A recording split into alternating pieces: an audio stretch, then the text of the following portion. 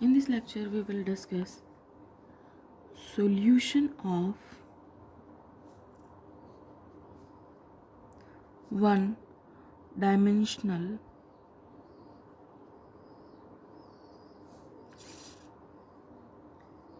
heat equation और diffusion equation की हम बात करेंगे। या तो हीट इक्वेशन से उसको बोलते हैं या डिफ्यूज़न इक्वेशन से भी हम उसको बोल सकते हैं। तो हमारी जो हीट इक्वेशन होती है वो किससे लिखी जाती है? del u over del t is equal to c square del two u over del x square. ये हमारी स्टैंडर्ड इक्वेशन है। जिस तरह से हमारे पास वेव इक्वेशन थी del two y over del t square is equal to c square del two u over del x square, उसी तरह से ये हमारे हीट इक्वेशन की स्टैंडर्ड इक्वेशन है। इसे हमें याद रखना होगा। तो यहाँ पे हमारे पास T टेम्परेचर को डिफाइन कर रहा है, X उस एरिया को या डिस्टेंस को डिफाइन कर रहा है। तो यहाँ पे हमारे पास क्या है कि जैसे भी हमारे पास कोई भी एक मटेरियल है, रॉड है या जो भी है, उसमें अगर हम इस पॉइंट पे बात कर रहे हैं, ये मटेरियल ही समझ लेते हैं कि इस तरह से हमारे पास एक मटेरियल है, तो इस पॉइंट पर यानी x इक्वल टू 0 पे, ठीक है, एट टाइम t u क्या है? 0 है। इसी तरह से x इक्वल टू l यानी इसकी लेंथ हो गई एट टाइम t, तो यहाँ पे u इज इक्वल टू क्या है? 0 है। फिर आपने यहाँ पे अगर इस पॉइंट पे आपने इसको टेम्परेचर देना स्टार्ट किया तो वो धीरे धीरे क्या होगा? इंक्रीज़ होगा, यूनिफॉर्मली पूरी बॉडी की तरफ बढ़ेगा वो। तो इस तरह से इसमें ये जो चेंजेस आएंगे इसको आप u is equal to f of x पे लिखोगे और t इज इक्वल टू 0 पे, ठीक है। जैसे ही आपने इसमें टाइम क्या किया, स्टार्टिंग की बात है, यानी जब आपने इसमें टाइम काउंट करना स्टार्ट भी नहीं किया तब की बात है, तो फिर उसके बाद इसमें जो चेंजेस आए del u over del t is equal to वो क्या आ गए? 0 आ गए। del u over del x sorry is equal to 0 कब आया? t इज इक्वल टू 0 पे। तो इस तरह से इसकी इनिशियल कंडीशंस फॉर्म होंगी। तो पहले हम इसके सॉल्यूशन की तरफ बढ़ते हैं। तो यहाँ पे हम बात कर रहे हैं solution of one dimensional heat flow की। तो सबसे पहले इसकी जो जनरल इक्वेशन होती है वो होती है del u over del t is equal to c square del two u over del x square. तो इसमें u डिपेंड कर रहा है किसके ऊपर? t और x पे, दैट मीन्स एक्स टी।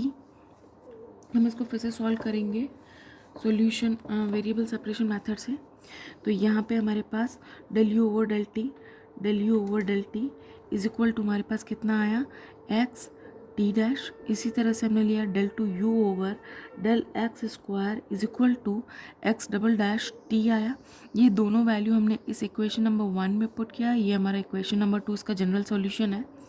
तो हमारे पास इक्वेशन बनती है x t dash is equal to c square x double dash of t. उसके बाद हमें क्या करना है? वेरिएबल्स को सेपरेट करना है, यानी टी वाली सारी टर्म्स एक तरफ और एक्स वाली सारी टर्म्स एक तरफ। तो is equal to 1 upon c square t dash upon t is equal to अब हम के लेते हैं। तो अब हमारे पास वापस यहाँ पर भी हमारे पास 3 केस आएंगे कि पहला केस आएगा when k is positive, that means k equal to plus of p square. तो x double dash upon x is equals to 1 upon c square t dash upon t which is equals to p square. ये आया। अब हमने इसके according first और इस last part को use किया। तो x double dash upon x is equals to p square, that means double dash x minus of p square x is equal to 0। Second order differential equation बन गया। तो यहाँ से हम इसकी ऑक्सिलरी इक्वेशन बनाएंगे। वो क्या बनेगी? M square minus p square is equal to 0, यानी हमारे पास एम इज इक्वल टू कितना है? Plus minus of p. ये क्या है? Real value and different values हैं, इसीलिए इसका solution c x is equal to कितना हो गया? C1 e raise to power p x plus C2 e raise to power of minus of p x. ये आ गया। फिर इसी तरह से हम अब इस वाले पार्ट को और इस पार्ट को लेके चलेंगे। तो 1 upon c square t dash upon t is equals to p square. तो अब हमारे पास इससे इक्वेशन क्या आई? T dash upon t is equals to c square p square. तो जब हम इसको सॉल्व करेंगे तो हमें मिलेगा log of t is equal to c square p square minus plus of log C3। C1 C2 हम यहाँ का हमने ले चुके थे, यहाँ C3 लिखा हमने इसलिए। तो हमारे पास कितना आया, T upon C3 is equals to e raise to power C square p square. यहाँ पे हमारे पास T आएगा, विद रिस्पेक्ट टू T कर रहे थे ना इसलिए। तो इसीलिए हमारे पास T इज इक्वल टू कितना आ गया, C square p square, sorry T is equal to हमारे पास आया C3 e raise to power C square p square of T। ये आ गया हमारे पास इसका सॉल्यूशन। तो इससे अगर हम सॉल्यूशन निकालते हैं तो हमारे पास U इज इक्वल टू कितना आता है, C1 e raise to power p x plus C2 e raise to power of minus of p x, C3 e raise to power C square p square T। ये हो जाएगा, ठीक है। तो अगर हम देखते हैं तो ये हमारे पास एक सॉल्यूशन बनता है। अब हम चेक करते हैं कि अगर हम k की वैल्यू नेगेटिव लेते हैं, k equal to negative, that means k is equal to minus of p square, तो उस केस में क्या होता है हमारे पास। तो उस केस में हम कैसे सोल्व करते हैं, इसको लिखते हैं हम x double dash upon x is equal to 1 upon c square t dash upon t is equals to minus of p square.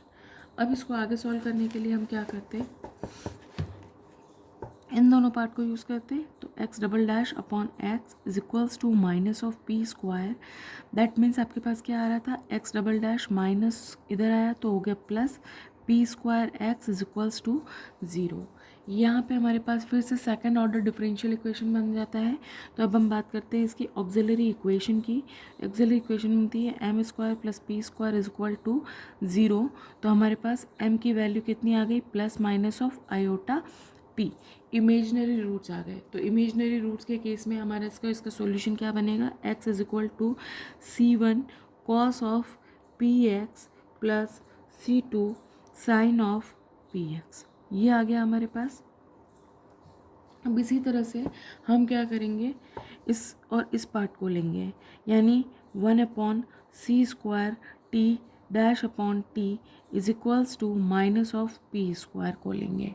तो अब हम इसको सॉल्व करेंगे तो हमारे पास कितना आएगा, t dash upon t is equal to minus of p square c square, और इसको आगे सॉल्व करेंगे तो हमारे पास आएगा log of t minus of log of C2 is equal to, sorry C1 C2 ले चुके हैं तो इसको देंगे C3 e raise to power C square p square t, C square p square t, negative ही आया। आप ये कहेंगे कि यहाँ पे माइनस ऑफ लॉग 3 कैसे आया, तो ये इधर होता है तो उसको जब हम इधर लेके आएंगे तो माइनस ऑफ हो जाएगा। तो अब हम क्या करेंगे,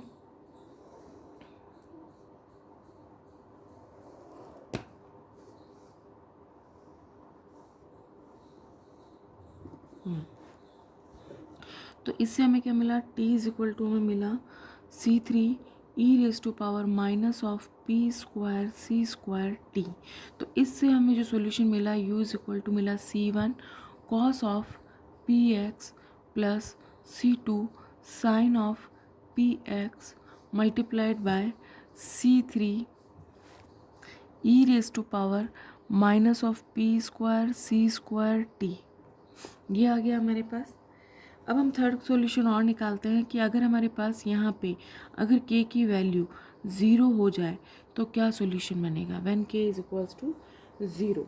तो हमारे पास इसका सॉल्यूशन कैसे निकालेंगे, x double dash upon x is equal to 1 upon c square t dash upon t is equals to 0। तो फर्स्ट और लास्ट पार्ट यानी x double dash upon x is equal to 0 लिया आपने, तो इसका मतलब आया आपके पास x double dash is equal to 0, 2 बार डिफ्रेंशिएट किया तो x is equal to C1 e raise to power, sorry C1x आ जाएगा प्लस C2।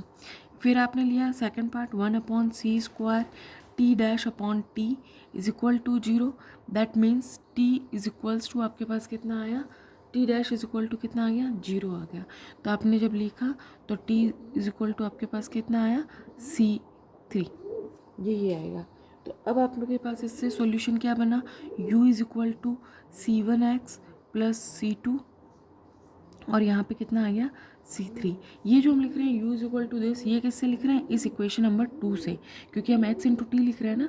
तो जहाँ पे भी हमने x और t की वैल्यू निकाली, जैसे यहाँ पे हमने x की वैल्यू ये निकाली, फिर t की वैल्यू हमने निकाली यहाँ से, तो इस वैल्यू को हमने पुट करके यहाँ पे इसको पुट कर दिया और यहाँ से हमने सोल्यूशन निकाला। अब हमारे पास 3 सोल्यूशन आ गए, बट ये है कि इन तीनों सोल्यूशन में से कौन सा सोल्यूशन हमारा करेक्ट होगा, सही होगा। तो ये फिजिकल नेचर की जो प्रॉब्लम है उस पर डिपेंड करेगा कि फिजिकल नेचर क्या है प्रॉब्लम का।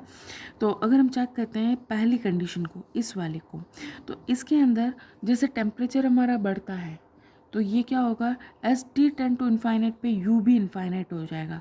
तो जो हमारे पास मटेरियल गिवन है उस मटेरियल पर जो उसका इफेक्ट आएगा वो क्या होगा, वो भी इन्फाइनाइट हो जाएगा। तो इस केस में ये तो हमारा क्या हो जाएगा, इसको मैं सॉल्यूशन नंबर 3 मार्क कर रही हूँ, ये सॉल्यूशन नंबर 4 है मेरा और ये सॉल्यूशन नंबर 5 है। तो मैं बात कर रही हूँ सॉल्यूशन नंबर 3 में, as t tend to infinite पे यू टेंड टू इन्फाइनाइट हो जाएगा, जो कि पॉसिबल नहीं है। तो हमारे पास ये जो सॉल्यूशन नंबर 3 है ये इस प्रॉब्लम्स के लिए क्या है, फिट नहीं बैठता। अब हम बात करते हैं यहाँ पे, इसकी पहले बात कर लेते हैं। तो सॉल्यूशन नंबर हम बात करते हैं 5 की। तो इसमें अगर हम बात करें तो यहाँ पे टी का कोई फंक्शन ही नहीं है, जबकि अगर हम हीट इक्वेशन की बात कर रहे हैं तो उसका टेम्परेचर पर तो डिपेंड करता है। तो इस वजह से यहाँ पे अगर हम देखें तो हर टाइम पे यहाँ पे क्या होगा, जैसे जैसे आप एक्स बढ़ाते जाएंगे तो इसमें क्या होगा, बॉडी में जो टेम्परेचर है वो क्या होगा, बढ़ता रहेगा। तो यहाँ पे ऐसा तो नहीं हो सकता।